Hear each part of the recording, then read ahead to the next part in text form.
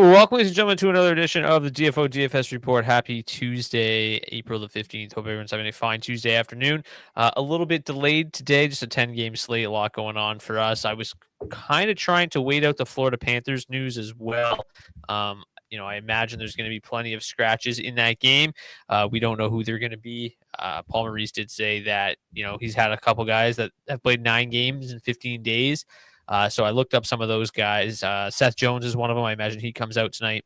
Evan Rodriguez is one of them. I imagine he comes out tonight. Pretty good chance some of their top dogs come out tonight as well. So as we go on throughout today's show, I'm actually going to skip Florida entirely. Our guy Beebs has got his finger on the pulse there. He's going to jump in the chat, let us know what changes are actually happening for the Florida Panthers tonight, and then we'll kind of circle back to that game and break it down a little bit better. So a lot going on tonight, as Tom points out. Loads of fuckery potential tonight. I imagine Quentin Byfield probably not going to be in the lineup tonight either after getting hurt yesterday. So lots going on, Zach. Let's dive right in here. We're not going to waste too much time. We're already late. Let's rip through this 10-gamer.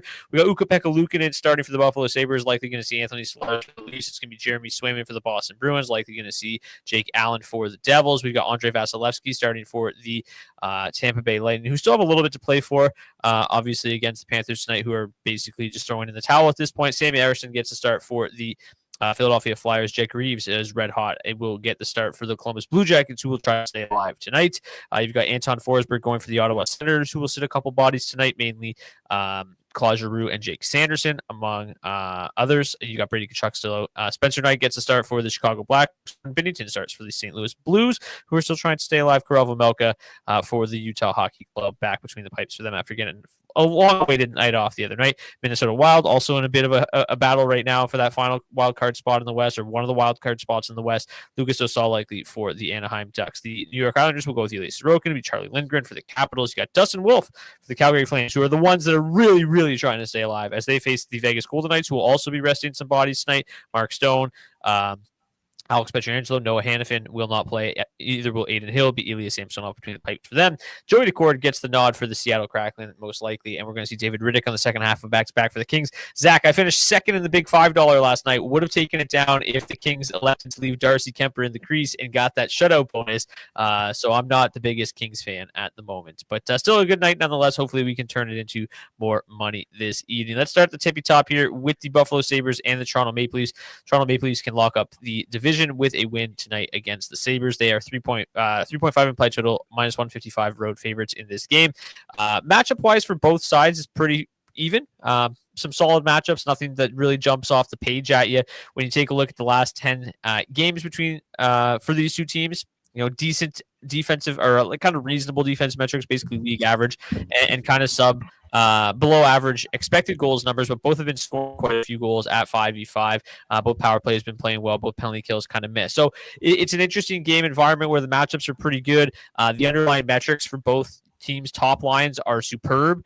Tage Thompson, it basically been on a 60-goal pace for the last couple of months. He's been red hot.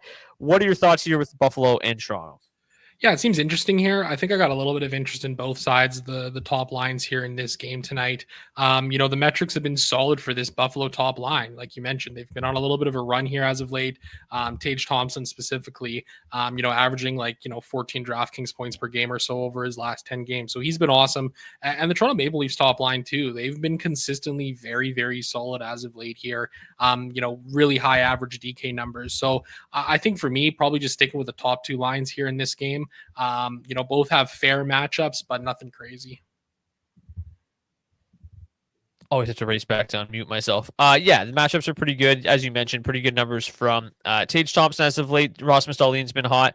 It's been a mix. I think their second line's been pretty good too. Their third line's been pretty good. The underlying metrics don't suggest that they're going to be able to really necessarily continue that role. So I'm probably in agreement here. Mostly the top lines for each side. Both teams have good power play matchups tonight. The Sabres have the number one power play score of the night. A really good spot for that power play unit tonight. It's interesting. This team just kind of was dead in the water and has kind of caught fire here out of nowhere at the end of the season and been playing some pretty good hockey. So The real issue here with the power play is that it's kind of just a mixed bag, right? You've got guys kind of from like all different lines here. I think you could probably do maybe if you do decide to get down to like that second line, I don't think that's the worst thing. Maybe go with like a little Paterka, Tuck, Darlene stack. Maybe get Thompson in the mix as well. I think that's an interesting way to build around the Sabres tonight with a really nice power play matchup tonight. And also the Maple Leafs missing some blue liners as well. But the Leafs power play in a good spot as well. I don't like Toronto 2 quite as much when Max Domi is up on that line, which will be the case tonight. So I'll probably have a little bit more interest just in this top line from the Toronto Maple Leafs, top line to the Sabres, and then a little bit of power play stacking from both sides. Are you ready to move on to game number 2? Yeah, and I think you hit it best on that game too. Really interesting to build around the power plays here. Any interest I have in Toronto too would definitely be coming through that power play. Yeah, absolutely. Let's get to game number 2. We got the Boston Bruins and the New Jersey Devils. Kind of a so-so game here. Not a whole lot going on other than the fact that Boston top line remains just unbelievable. Matchup, though, pretty bleak, pretty low event game, low total game as well. But Boston 1's probably the only line I really have any interest in because these numbers, since Elias Lindholm, Morgan Geekie, and David Pastrnak have been put together, are absolutely outrageous. Simply ridiculous. They've been one of the hottest lines in the NHL.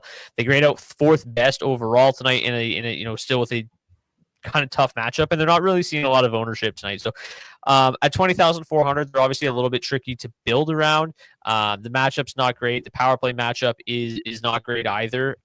So it's just like a game that I don't think I have a ton of interest in overall. But I'll probably get to a little bit of Boston 1. Just hope that they can kind of stay hot. But outside of that, that's probably the extent of my exposure. When you take a look at the last 10 games, the Bruins have been terrible defensively, but the Devils just really aren't generating anything at 5v5. This is a Devils team that's kind of just like, all right, just get us to the playoffs here, but without losing any more bodies. Let's get Dougie Hamilton back in the mix here, and let's just see what we can do here in the first round. That's kind of the vibe I get from the Devils at the moment, and the Bruins, that top line has been good enough for me to consider. How about you? Yeah, the give a shit meter feels like it's been pretty low for the New Jersey Devils here as of late, right? I mean, these offensive metrics have been absolutely nothing to write home about. They're still grading out fine, in terms of the line stats and stuff like that. I think for me, most of my interest comes through this Boston top line here. They're looking to be really low owned on this slate here, just drawing 4.2% ownership here. And these guys have been great as of late. Like they've been absolutely red hot on fire here. So, I think for me, I'm comfortable attacking this Bruins top line here, getting a little bit over the field on them, which I don't think is really hard to do in a 20 max or anything like that. For me, that's probably the most of my extent in this game. You can maybe talk me in a little bit of this top line for the Devils if I was building a ton of lineups. I'm not tonight. Just with so many kind of question marks on this slate, it feels a little tough to kind of go too all in here for me personally. But I think for me, this Boston top line look like they're in a fine spot. Probably might sprinkle in a little bit of this Devils top line. I mean, the metrics have been pretty solid, right? Yeah, I mean they look okay on the charts. Then you look at this team from a team level, it's been pretty ugly. But Nation, Heischer, Bratt, all grayed out pretty well. 6th best line overall. Also not seeing a lot of ownership. Isn't Boston really motivated to lose though? I mean, yeah, I'm sure the management probably would like to see a loss at this point, but I don't think the players are out there tanking actively. And that top line certainly hasn't been as of late.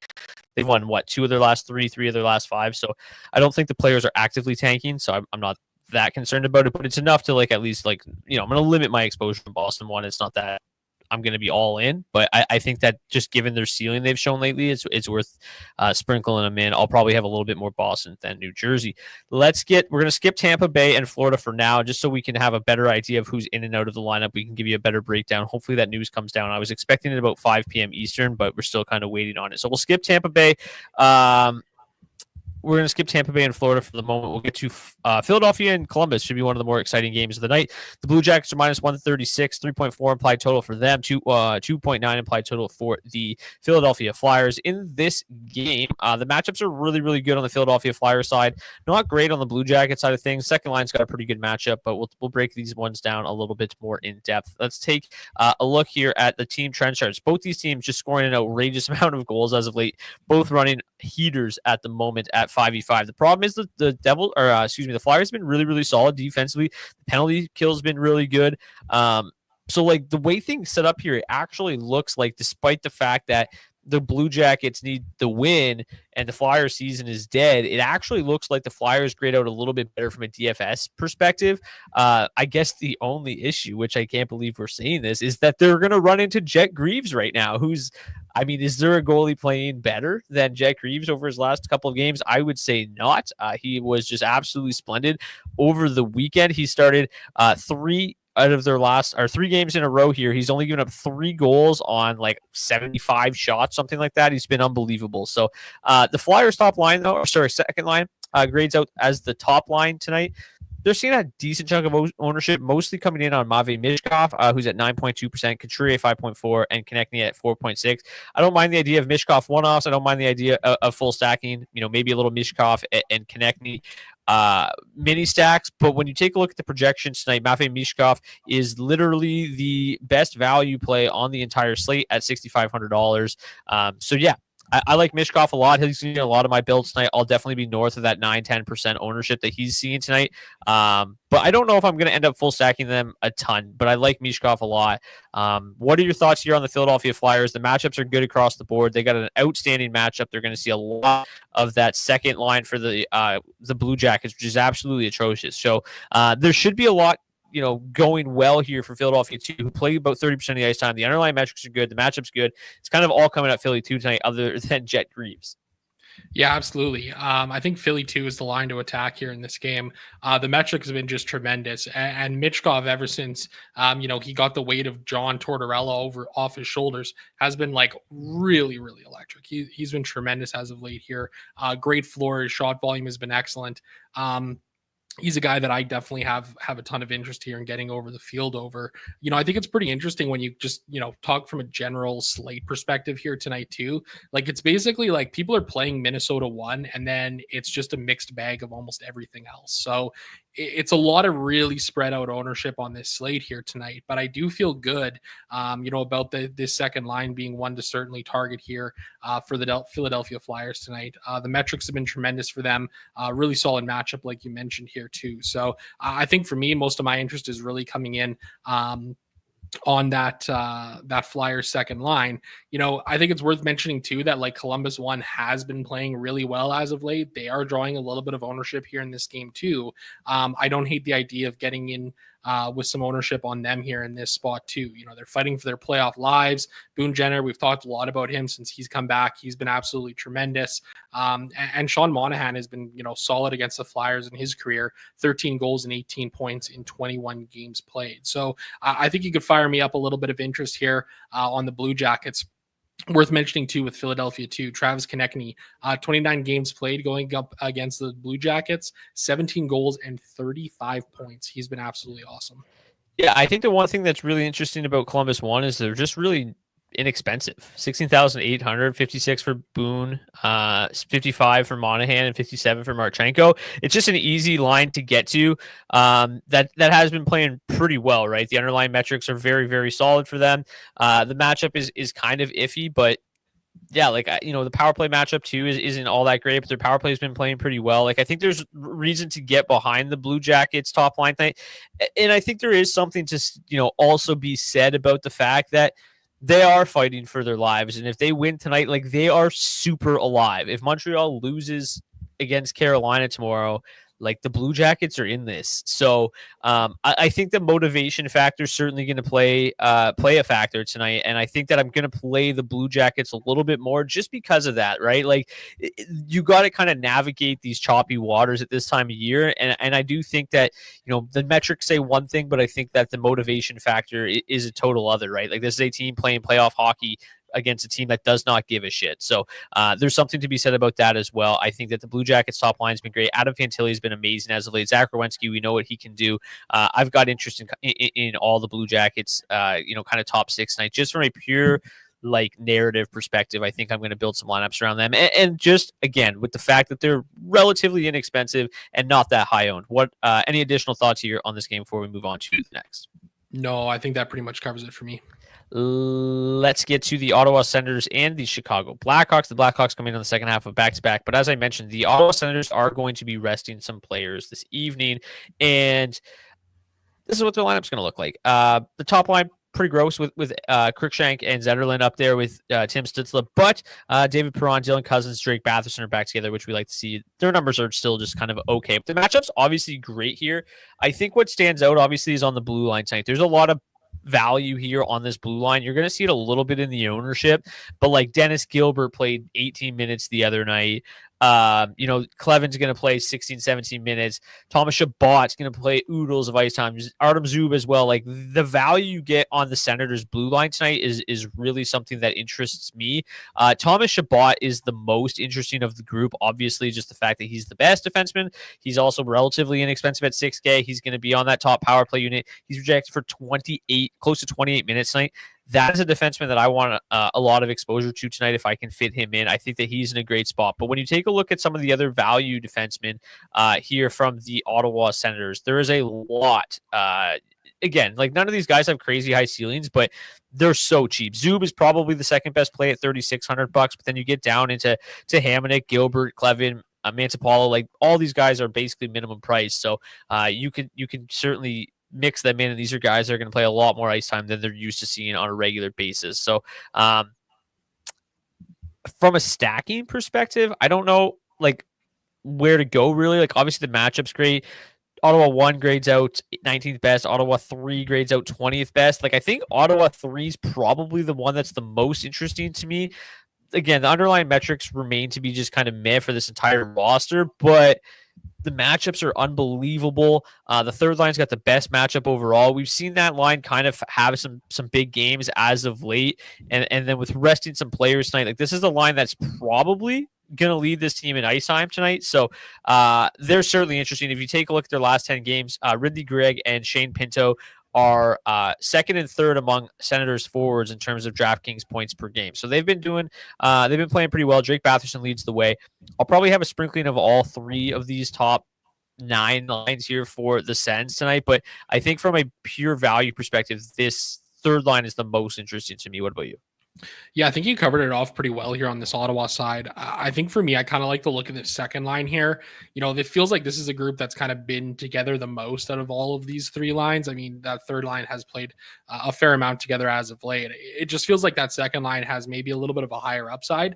But I mean, if you want to talk about, going for a little bit of a lower owned or kind of a pivot play here in this game, like I think this third line really offers a really, really interesting opportunity to do so. Worth mentioning here that Ridley Gregg is projected to play up on that top power play unit, and the Senators, for as terrible as their power play has been as of late, second best matchup on the entire slate here. Hot Sam Bacho, Thomas Chabot going to be up there quarterbacking that unit with Jake Sanderson out tonight. So just another reason I think that Chabot's a great play at 6K on the blue line.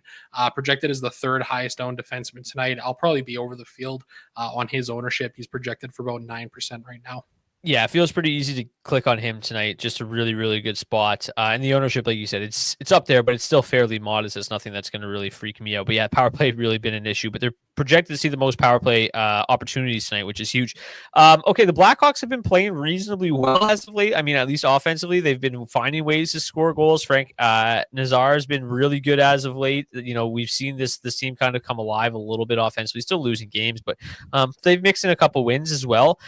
The matchups here aren't terrible. I'm just going to defer to you here. I have really not clicked on the Blackhawks much of late, but you have, and you've had some reasonable success in doing so. So I'll just defer to you here and kind of talk me into it.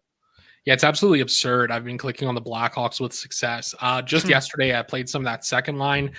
Frank Nazar has been absolutely on fire as of late. I think the second line is kind of an interesting play. They're drawing like legitimately no ownership tonight at 2.6%, but they've been pretty strong here over this last little stretch of games for this price tag. And Frank Nazar specifically, averaging like 10 DraftKings points per game over his last 10. He's giving a really solid, yeah, and a really solid floor here as well as of late. So I don't hate the idea of throwing a little dart here at this second line. Ottawa, they really got nothing to play for. Look at the guys that are out of their lineup here tonight. So I don't hate that idea. And I mean, look what Chicago did last night against Montreal. I mean, they took them all the way to a shootout here off a couple of goals. So I don't think they're a tremendous play or anything like that, but real deep tournament or something like that for 20 max, I'd throw a dart there for sure. Yeah, I mean, the matchup's not terrible. They're going to see 60% of their ice time against Ottawa 2, which grades out slightly below average defensively. They give up 2.8 expected goals against per 60. So Linus Ullmark has covered up some of their warts there. I mean, the power play obviously stinky, but you've got this, like you said, this is a Ottawa blue line that's going to be a little bit shorthanded tonight. And this is a second line from the Chicago Blackhawks that does fully correlate on a power play unit as well, right? So you got Nazar, you've got Bertuzzi, and you got Teravainen in there. So, even just the way that Nazar has played lately, Sam Rinzel has been a really solid blue line option. Like, I don't hate the idea of like a Nazar Rinzel mini stack just to really give you some cheap a cheap center and a cheap defense. What's Rinzel's price up to tonight? Rins 3,800. So he's still below 4K. You've got him at 3,800. You got Nazar playing really well at 4,300. I like that idea of kind of just a real cheap center and a cheap defenseman to help with some salary relief. Because like the floor you get from Teravainen is pathetic. Bertuzzi's been fairly solid as of late, but I still don't trust him all that much. I think Nazar is the guy that I like the most from that group. I'm clicking on Chicago 1 at all. Or are you just gonna say screw it? Let's just go to Chicago 2. I mean, the projections are pretty solid for them too. They don't grade out terribly as the 18th best line your target on the slate here tonight. Like, I'm comfortable throwing a dart there too. 20 max, 5% for them, 5% on Chicago too. I don't hate that idea at all. I mean, again, the price tag is pretty reasonable there on that first line too, $15,800 to full stack. Donato continuing to be productive. Connor Bedard finding some shot volume, a little bit more offense here as of late.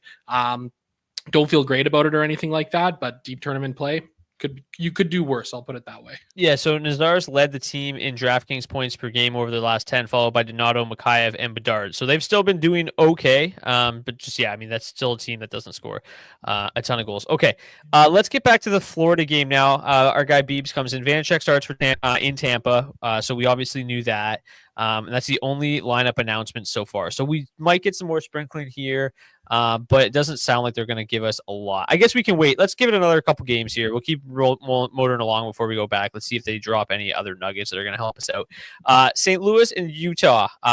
The Blues, minus 146, 3.2 implied total. You got the Utah Hockey Club coming in on the second half of a back-to-back. The Utah Hockey Club are going to make some lineup changes tonight. I don't know exactly how it's going to affect their lines. I just went back to what they were doing, which was Yamamoto with Hayton and Schmaltz. Dome back on that third line. Dome played it on that second line yesterday, so there is a chance that they're flip-flop, but I think this is the way they literally did it 2 games ago. I think they'll go back to this with Yamamoto back in. So, I really liked the second line yesterday, and they're in a good spot again tonight, especially, let's just get to it here. The underlying metrics have been really, really good for this line. They haven't necessarily converted at the clip that you'd want them to, but the underlying metrics are outstanding, and they are always kind of a nice pivot off of Utah 1, which again, last night they've kind of just both been smashing lately. Like it hasn't really been one or the other. And Utah 2 in a nice spot tonight. The matchup again, they're going to see basically 50% of their ice time up against the St. Louis second line, which has really struggled defensively this season. So good matchup for Utah 2 again with the back-to-back. In St. Louis is a St. Louis team that has been pretty solid defensively as of late. Not amazing, but about league average. Not the best matchup, but yet you're not going to. Utah 2 is not going to draw any ownership tonight. 2% on Schmaltz and 3.5% on Hayton. They're still super cheap. I really like getting to that duo again tonight. I think it's a good spot for them. Utah 1, as I mentioned, they've been playing pretty well. They grid out 7th best. They're also not seeing any ownership at all. Their matchup's a little bit trickier tonight. They're going to see a little bit more of that Robert Thomas line, which is basically dead average defensively on tonight's slate. So it's not a bad matchup by any means. But again, with the back-to-back, the low implied total, not really the best spot overall for Utah tonight. But I think I'll click on them, especially that second line, for a little bit of salary relief. Are you interested in getting back to the hockey club tonight?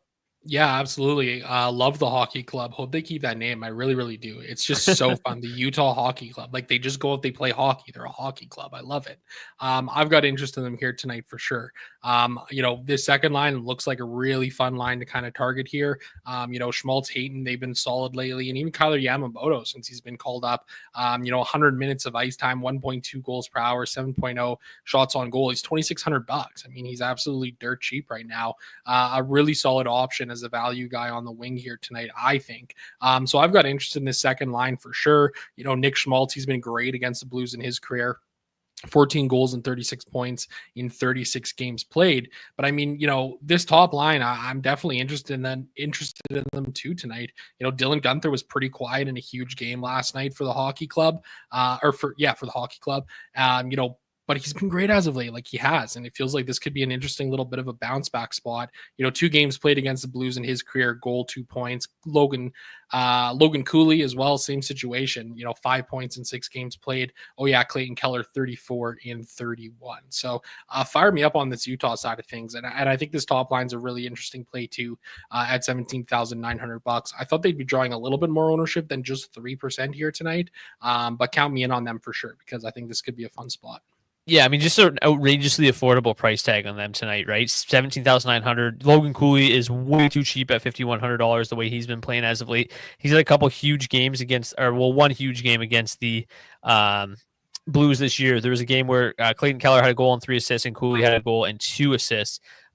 They've won 2 of the 3 meetings so far this season. They haven't been necessarily high scoring games, which isn't totally surprising. So wouldn't be surprised if this is a little bit lower scoring as well. But I just said that, which means it's going to be 7-5. So that's good, which means we should probably also have some interest in the St. Louis Blues side of things this evening, where the matchup on that side, the best matchup overall is St. Louis 1, which is perfect because that's the only line that I'm even considering right now with, Dylan Holloway out. That second line just does not have the same jam. Unfortunately, though, they broke up that top line, so Jordan Kyrie's back on the Shen line, and it does suck away a little bit of the offense from St. Louis 1, which limits my interest a little bit. I mean, they grade out at 15 at 17,300. Like, it's again affordable price tag. They've been playing pretty well. They're drawing a lot more ownership than the Utah side of things. I'll get the St. Louis 1, not in an overwhelming amount, 10%, something like that. How about you? Yeah, I think that's fine. I don't mind throwing the dart there. They've been solid as of late here. For me, 6.2% ownership on St. Louis too. Comfortable to just completely fade that. Let the public get there and find some other spots. Their offensive metrics are terrible. It's a tough matchup for them. But I'm comfortable throwing a dart here on this top line as well.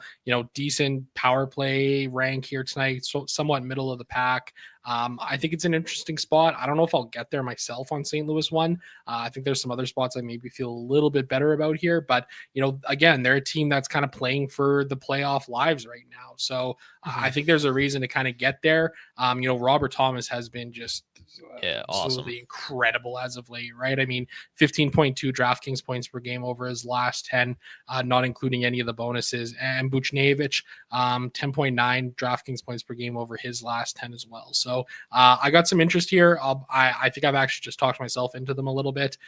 So yeah, let's get a little St. Louis 1 in the mix. Yeah, I mean, Buchnevich had a 4-game goal scoring streak, which was snapped in Seattle the other night, but he's been heating up. I can understand why they're trying to get maybe more production out of that second line by dropping Kyrou down, but it just does not look the same with Jake Neighbors up there. But again, affordable enough. They've been playing well enough that I am in. Okay, let's get to Minnesota and Anaheim, kind of the game that's going to really tilt this slate one way or the other. The top line for the Minnesota Wild is by far and away the most highest owned line on the entire slate at 22,100. I was kind of messing around again. We were late today, so I haven't even built a single lineup yet today. And the one I tried to build was just around Minnesota 1, and they're not that easy to get to. So to see this ownership where it is a little difficult to envision them, getting that high owned. But at $22,100, Kaprizov is by far and away the highest owned of the group at 25%. You got 20% on Eriksson and Matt Boldy at 18%. It's easy to see why people are getting there. Like this makes a lot of sense. The matchup is unbelievable. It's a high event game. When you take a look at the team trends charts, I mean, this is a Anaheim team that's given up 3.23 goals against per 60, 2.69 expected goals against per 60 is kind of one of the worst marks on tonight's slate. The penalty kill has been below average. So there's a lot to like here about this Minnesota team. Again, a lot of motivation here. It's a line that's played together a decent amount this year, about 150 minutes. The metrics, unsurprisingly, when you've got Kaprizov, Eriksson, and Boldy together, are very good. So yeah, like this is kind of just everybody on one line. They make our job easy. This is a line you need to play.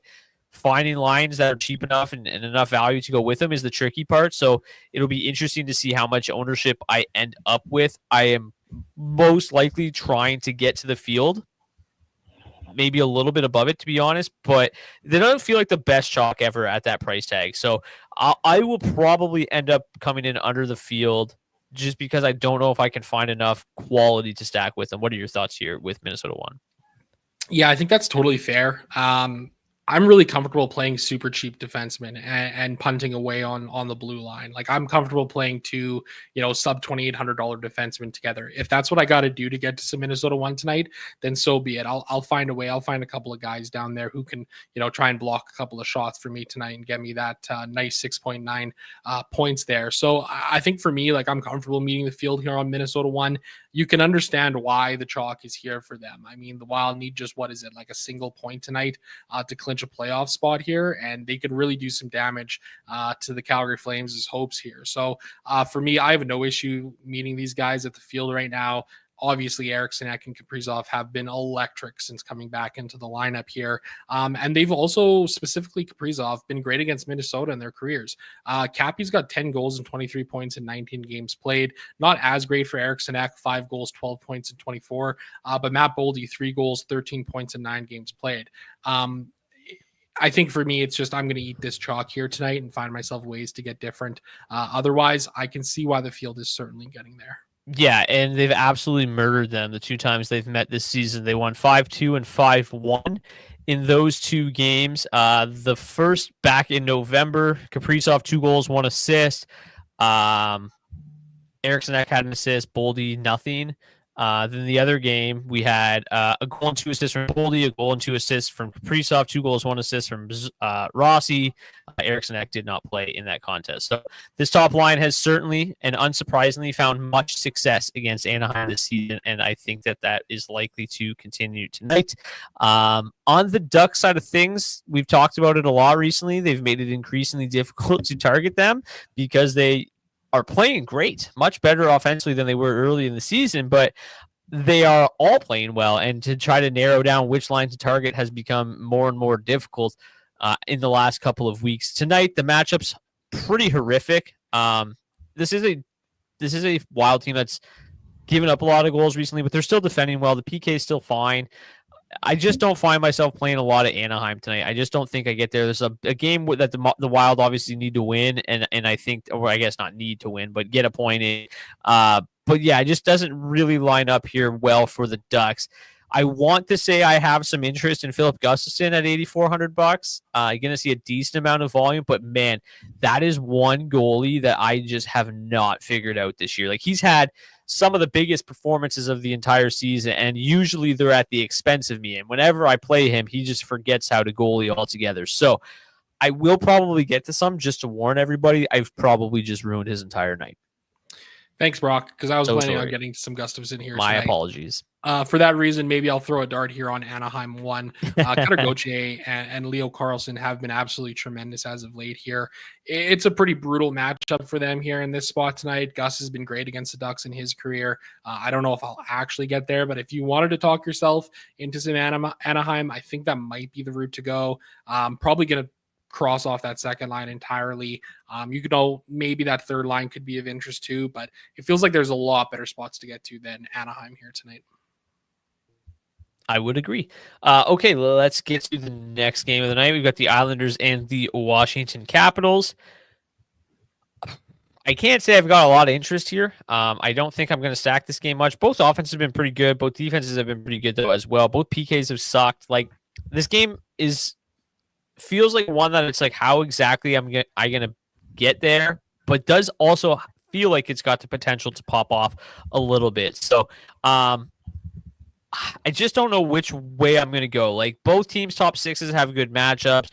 The second line for Washington has by far and away the best underlying metrics. The top line for the Islanders has basically been their offensive driver as of late. So I guess just in a vacuum, if I had to pick, it would be Washington 2 that grades out 5th and New York 1 that grades out 9th. Kind of in the charts, we trust the second line for the Capitals, specifically not drawing a lot of ownership at all. The Islanders side of things, about 7%. The issue I have, the Capitals looked completely uninterested in Columbus the other night. I wouldn't be surprised if that's the case again tonight. They've really got nothing to play for. I wouldn't be surprised at all if we see some lineup shuffling as well. I don't think I'm going to get there just because of what I saw against the Blue Jackets over the weekend. They've locked it up. Why does it matter at this point? Are you interested in playing any Washington tonight?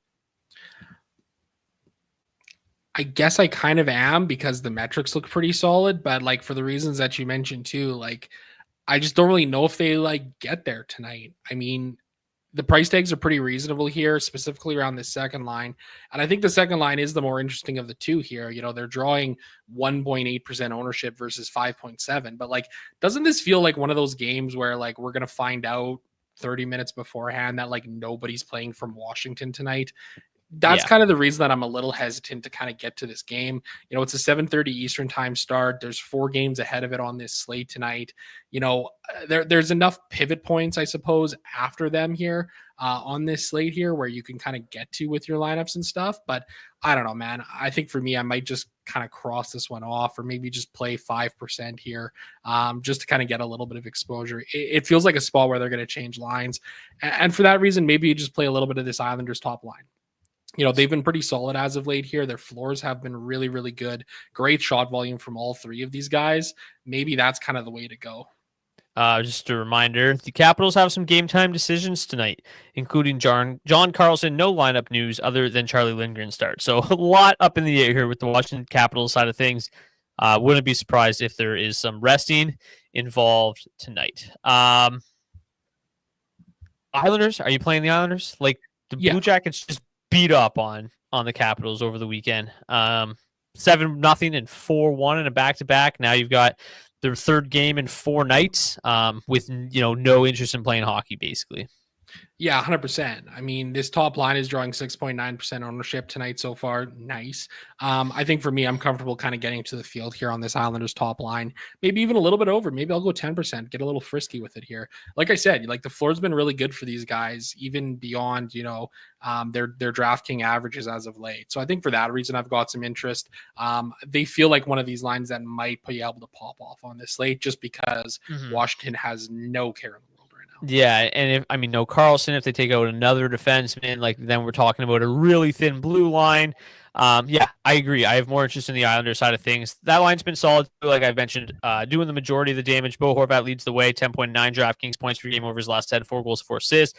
Anders Lee at 8.3 DraftKings points per game, averaging 2.4 shots per game, 3 goals, 3 assists. Palmieri has been the one that's lagging behind, probably the one that I would leave off if I had to, but he still has decent shot volume, a decent floor, and can certainly get there tonight. DFS at this time of year, predicting who's even playing and who is trying. It's so true. It makes our job very difficult. But we're doing our damnedest here, and hopefully we're doing a good job. Let's get to game number, I guess this would be 8. You got Calgary in Vegas, or not in Vegas, at home to Vegas, which is good news for the Flames. We know they're much better at home. The Vegas Golden Knights, we don't know for sure what their lineup's going to look like. I think I had a pretty easy job projecting it just because these are lines we've seen them play with a lot. So Mark Stone comes out expecting Victor Olofsson to replace him. Last game, it was Mark Stone, Riley Smith, William Karlsson. We've seen a lot of Olofsson, Karlsson, Smith together this year. It's, I think, a pretty easy substitution, just 1-for-1 there.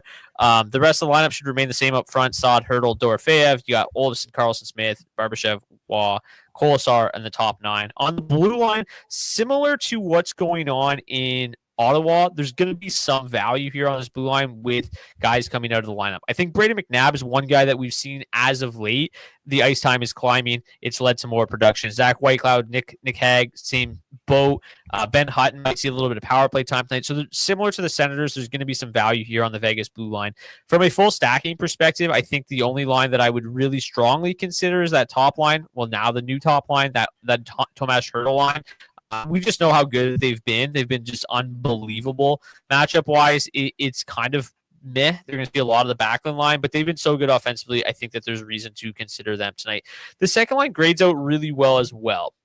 And I think William Karlsson's had a couple big enough games to consider this line at 13,600. If you're talking about cheap lines that you're trying to find a way to pair with these Minnesota and Toronto's, Vegas 2 is one of those lines I think makes some sense. The underlying metrics are solid. They've done enough, at 13,600 to warrant consideration tonight. So let's start the Vegas side of things here. Zach, what are your thoughts on this top 6 overall? I mean, I think should have interest because of the fact that the metrics are really solid for these guys. This top line, formerly known as Vegas 2, now known as Vegas 1. Again, they've been just tremendous as of late here. Pavel Doroflorev continuing to live up to the name here. It feels like maybe there's been a little bit of a drop off in Brandon Saad and Thomas Hurdle's game here over this last little stretch. I think the second line is certainly an interesting one here on this slate tonight. The line sets have been really solid. They've got the best matchup here of the line, and all three of these guys have really done some damage against the Flames in their careers. I mean, Victor Olofsson, 2 goals, 6 points, 8 games played. William Karlsson, 27 points in 28 games played, and 24 points in 31 games for Riley Smith. I kind of run into a similar issue that I do here with the Washington side of things. Like, what do they have to play for, right? Like, it's absolutely nothing. Play spoilers, sure. I'm not totally convinced that that's like a huge focus right now for these contending teams or a team like Vegas right now. I think I'll probably get there a little bit on this second line, maybe a little bit on this top line as well here. But I think I got more interested in this Calgary side of things. We've talked about it with a couple of spots earlier here. Like, the desperation-o-meter is just absolutely fully torqued right now for the Calgary Flames. They have to find a way to get at the very least a point here, and at most a win. Like, a Calgary winning would be very, very interesting. According to Hockey Viz, if Calgary pulls this off in regulation, it's like a 16% jump to their chances to make the playoffs here tonight. Going to be really important for Calgary to come out with a really big game here. So I think for that reason, I've got some interest in getting into the Flames here. This second line continues to be rock solid. All three of them have been productive against Vegas in their careers. The top line continues to chug along here. Huberdeau, Kadri, and Klapka. I'm going to play some Flames tonight. I might end up regretting it here, but I'm willing to kind of take a shot on a desperate team here, and that's exactly what the Calgary Flames are right now.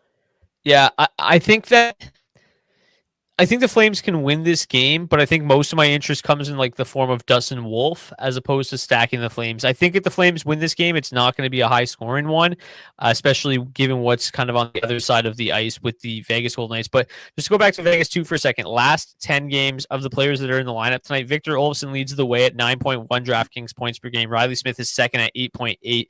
William Karlsson is third at 8.8. So that line has literally done more damage than any line on the this current Vegas roster or current Vegas lineup. So I think that they're definitely an interesting play. And yeah, like I don't hate the Flames, but I just think there's a lot better options where I'm not going to end up actually getting there outside of Dustin Wolf, who, like if they win this game 3-2 and they get a goal from a couple of different sources, their forwards probably aren't going to be optimal, but I think that there's a chance that Dustin Wolf gets there at $7,600. I think he's certainly an interesting play with this short-handed Vegas lineup. Any final thoughts before we get to Seattle and LA?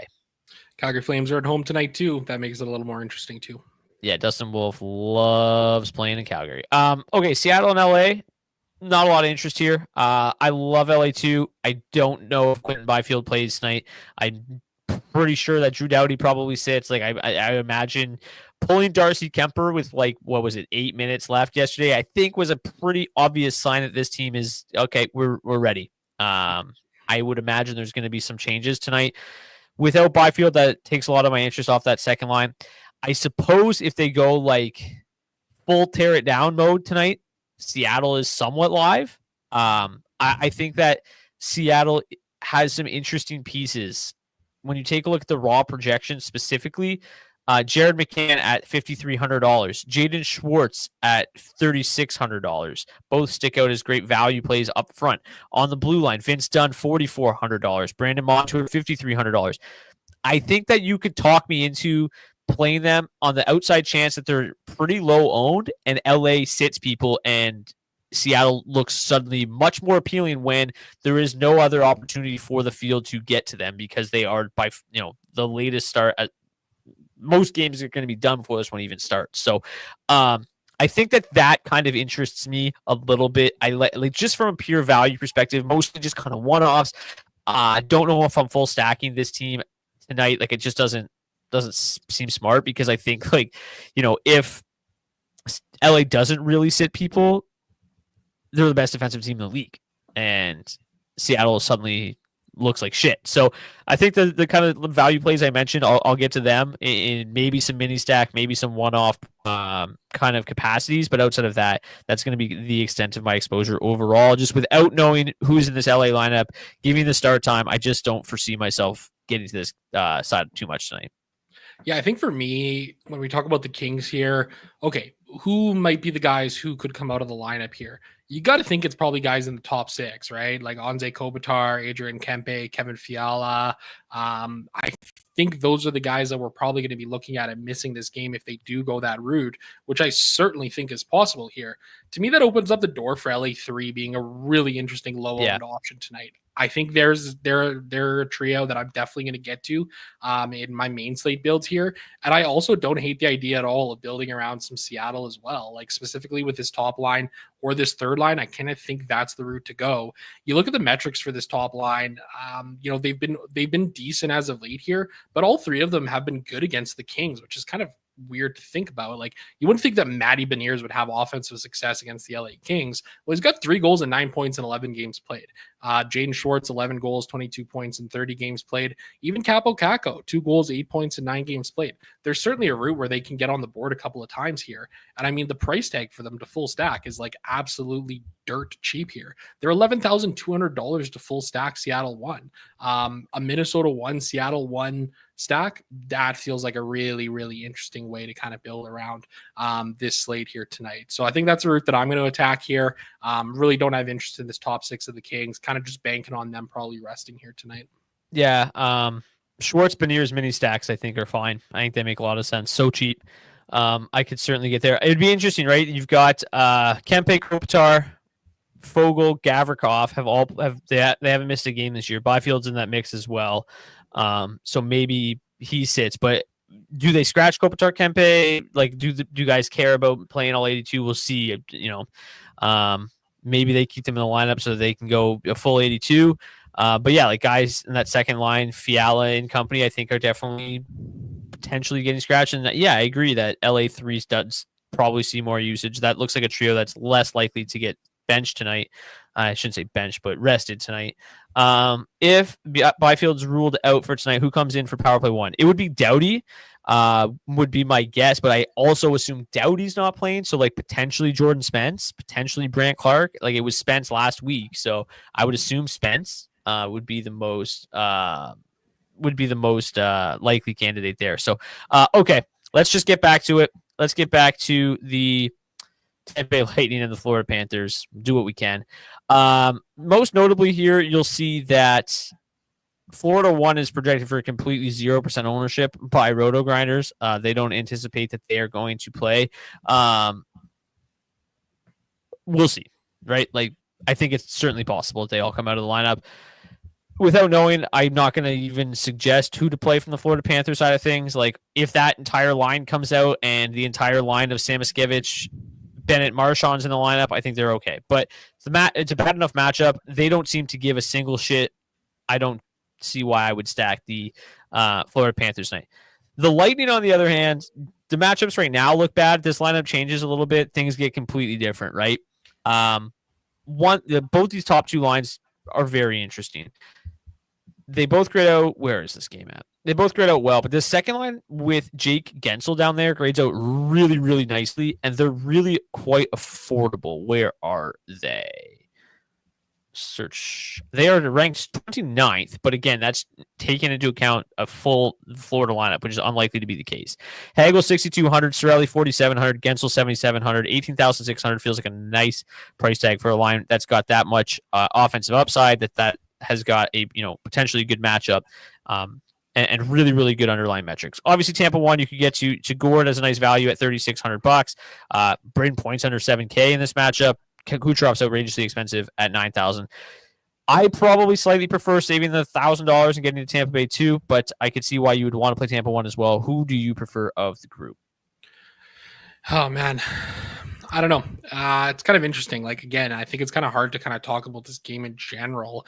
I think I would probably lean a little bit more towards that top line. The offensive metrics, or the offensive numbers, I should say, have been, a little bit more consistent, it feels like, as of late, but this second line is just running so red hot right now that I kind of think that they may be the route to go with here in this game tonight.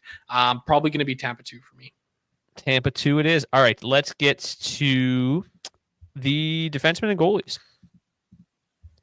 So Thomas Chabot, I already mentioned, but does, Colton Parayko grades out tremendously well, $4,600, been a dog since coming back to lineup. He grades out well. Mason Lohrei as well, $3,700, grades out well. All those centers, defensemen we've already talked about, grade out well. Some of those Minnesota defensemen that, really, really cheap options on the Minnesota blue line tonight as well, if you want to get that way. Go that route. Like, I think it's a little bit difficult given how expensive that top line is to stack them all up, and they don't really correlate in the power play. But Spurgeon 4,400, Faber 5K, Brodin 3,800, Middleton 4,200. They all feel fine. They all grade out pretty well. Anybody that really sticks out to you, Zach, other than Michael Kesselring, who was a dog for me last night and grades out well again tonight? You soaked up so much of that ownership in the $5 last night. It was hilarious. I think I had all of it. You literally did. Chabot, I think, is probably one of my favorite plays on the slate in general. I think he's an absolute slam dunk. Vince Dunn at 4,400. I think he looks like a really interesting play here too. Let's just give me a second here. I'm going to pull up a lot of some of these cheap guys and see if there's anybody that really jumps out to me, because with how expensive that Minnesota one is, you're probably going to be looking for some guys in these cheaper ranges to kind of get to. I think Kesselring is definitely a great option, sub 3K. Connor Clifton kind of popping in the projections there as well tonight. Those are a couple of guys that really, I think, are piquing my interest here. Tyler Clevin blocks a ton of shots on a pretty regular basis. I think he's an okay play as well. Dennis Gilbert at $2,900. There's some interesting cheap guys on this slate tonight. I'm not gonna lie. Yeah, I could certainly. I'm trying to see if there's other cheap guys with great floors here. Simon Nemec looks okay. Ian Cole 3,100. Trevor Van Riemsdyk at 3,100 if they sit some of those other defensemen. Rasmus Sandin as well from Washington. Like, again, we're not seeing a lot of love for the Capitals tonight from a stacking perspective, but Sandin 3,400, Van Riemsdyk 3,100. Carlson or one other defenseman sits, especially if it's Chychrun. Sandin becomes a lot better play tonight. You see some more power play time. Between the pipes, let's get to it. Not surprising, Andre Vasilevsky projected to see the most ownership tonight. $7,900 is still fairly expensive against the Panthers, but given, the lineup that we're likely to see them ice, I think that he makes a ton of sense at $7,900. Jack Reeves has been awesome. Philadelphia 2 obviously grades out really well for us, but $7,400 Jack Reeves, I think, makes a ton of sense tonight. I wouldn't mind getting there. I think Sorokin at $7,500, again, don't think that the Capitals have much care right now. I think Sorokin gets there. I think my concern would be that he doesn't see a ton of volume if the Capitals aren't really up for it. So that would be kind of a mixed bag there. Same with Joey Decord. If the Kings rest some guys, $7,200, I think that's fine. Dustin Wolf, I already talked about at $7,600 as another guy that I like. Up top, probably just Gustafsson, Vasilevsky. For me, I don't really love Forsberg. I don't really love Riddick. I don't really like Allen. I might get to some Solars. He's been just so good tonight. So to recap, that was a lot. Gustafsson, Vasilevsky, Jet, Sorokin, Wolf, probably the majority of my ownership tonight. How about you? Yeah, I think you hit the nail on the head there. I actually like Joey Decord just in a general, even if the Kings keep their guys in. I don't really think they're going to be trying very hard tonight. He's played 5 games against him in his career. He's got 3 wins, a 159 goals against average, and a 950 save percentage. He's been great against them in his career, even just beyond, what we're talking about happening here tonight. So I think I've got a lot of interest in him as well. Outside of that one game where he's had to start on a back-to-back, in his last 4 of his last 5 starts, he's been unbelievable. So he's coming in playing well. Somebody pointed out in the chat earlier, too, it's the last home game for the Kraken tonight, too, so they might show up for the fans a little bit. Let's get to today's Hat Trick Pick Challenge. If you want to participate in today's Hat Trick Pick Challenge, all you got to do is drop your pick in the comment section of the video on YouTube, not the live chat.